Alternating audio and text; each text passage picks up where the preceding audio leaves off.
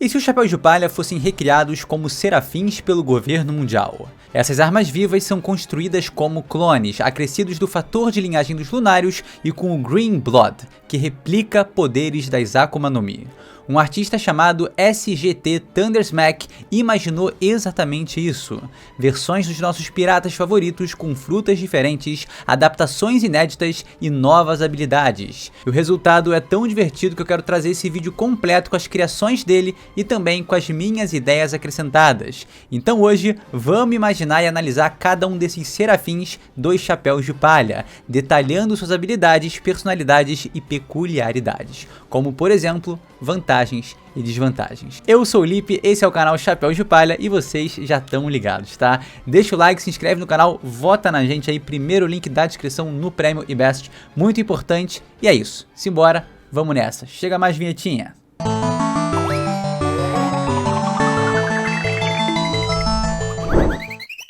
S-Monkey, o clone do Luffy. S-Monkey troca Gomu Gomu no Mi pela Mochi Mochi no Mi do Katakuri, uma escolha inteligente porque a gente viu no combate entre os dois que essa fruta é uma excelente substituta da do Luffy, sendo capaz de reproduzir seus golpes de maneira muito semelhante. Essa Akuma no Mi dá a ele capacidade de transformar o seu corpo em Mochi e moldar ataques de forma altamente criativa, tal como a Gomu Gomu no Mi, algo que casa perfeitamente com a personalidade imprevisível do Luffy.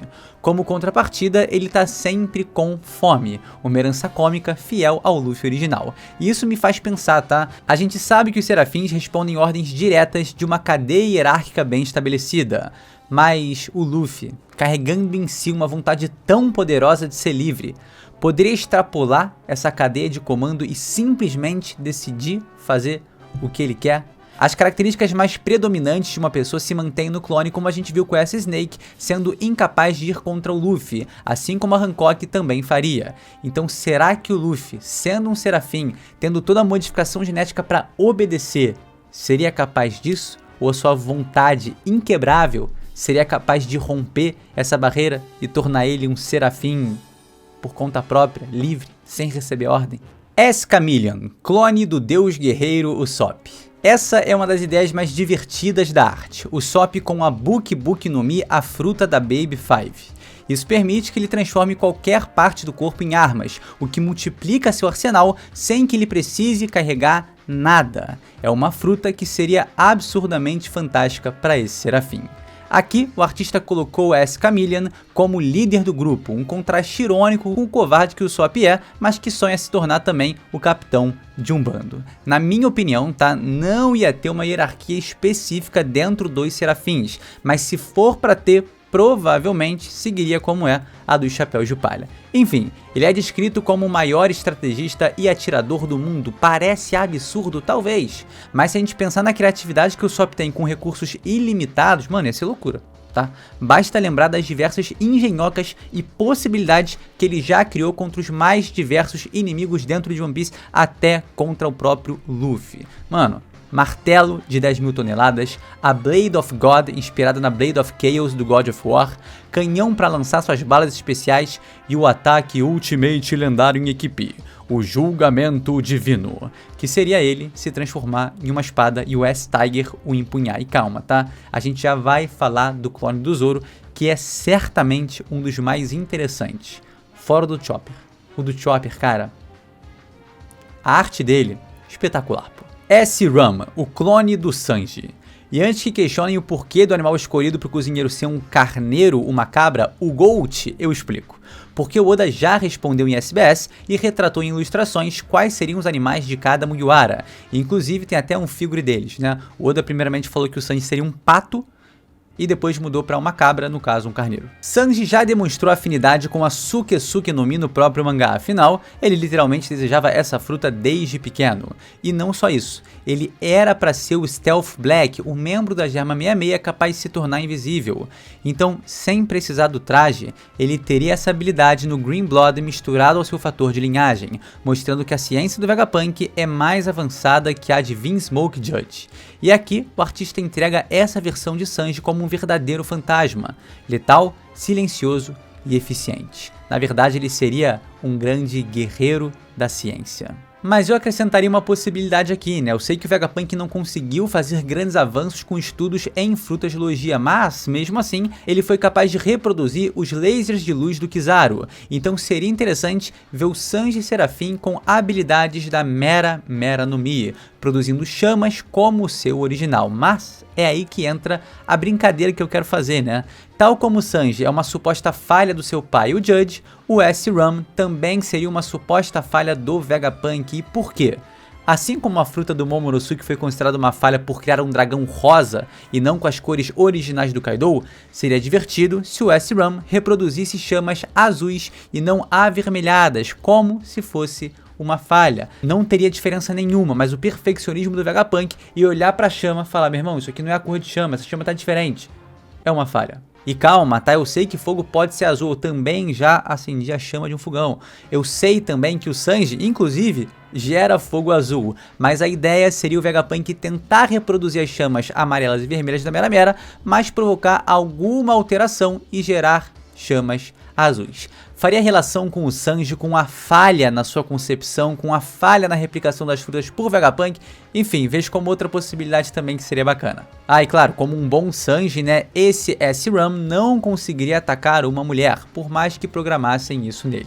Essa é uma característica que sobressai muito no personagem, então, cara, não ia ter como. O clone dele não ia bater em mulher.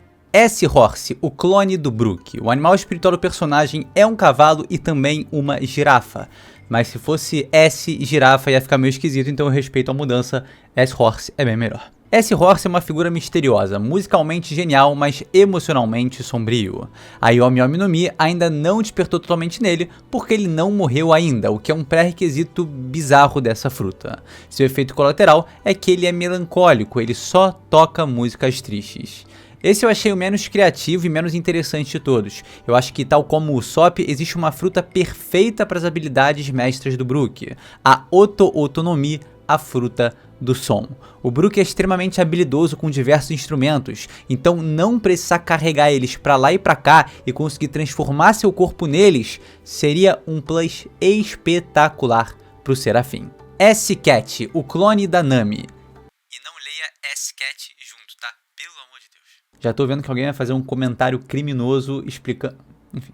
Eu acho que o pensamento mais comum pra Nami é: use a Goro Goro no Mi, tenha a Soro Soro no Mi, mas eu achei interessante a ideia de colocar na Nami a Jiki Jiki no Mi de Eustace Captain Kid. Uma escolha surpreendente e também surpreendentemente bem pensada. Essa fruta permite manipular o magnetismo, que combina diretamente com a expertise da Nami em navegação e também meteorologia.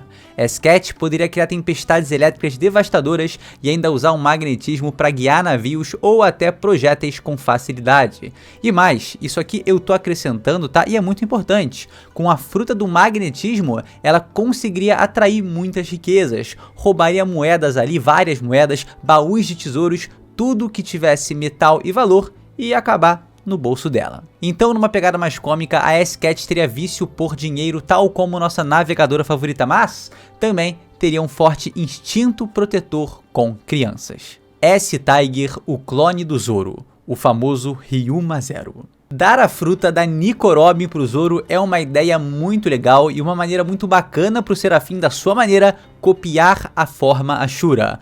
O Zoro é meio tapado. Vocês lembram quanto tempo ele demorou para relacionar os Serafins ao King? Para entender a mensagem do Luffy no jornal? Pois é. Então pode ser que ele não se desse muito bem com o uso de fruta mais complexo, né? Afinal, em uma linha reta, ele se perde. Então a lógica com a Hana Hana no Mi é a mesma lógica que ele estabeleceu quando criança.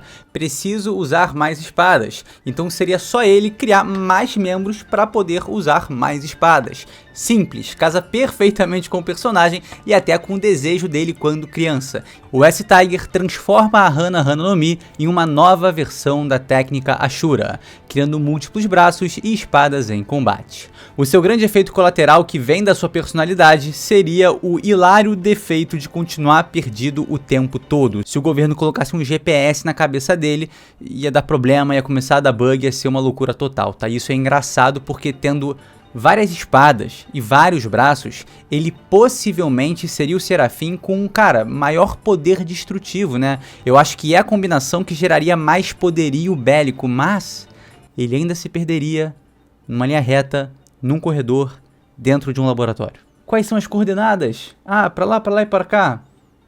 Não mande o S-Tiger, vai dar ruim. S-Crane, o clone da Robin. E pra quem não sabe, a tradução de Crane é Grow, que é tipo uma garça misturada com um pavão, essa coisa, enfim.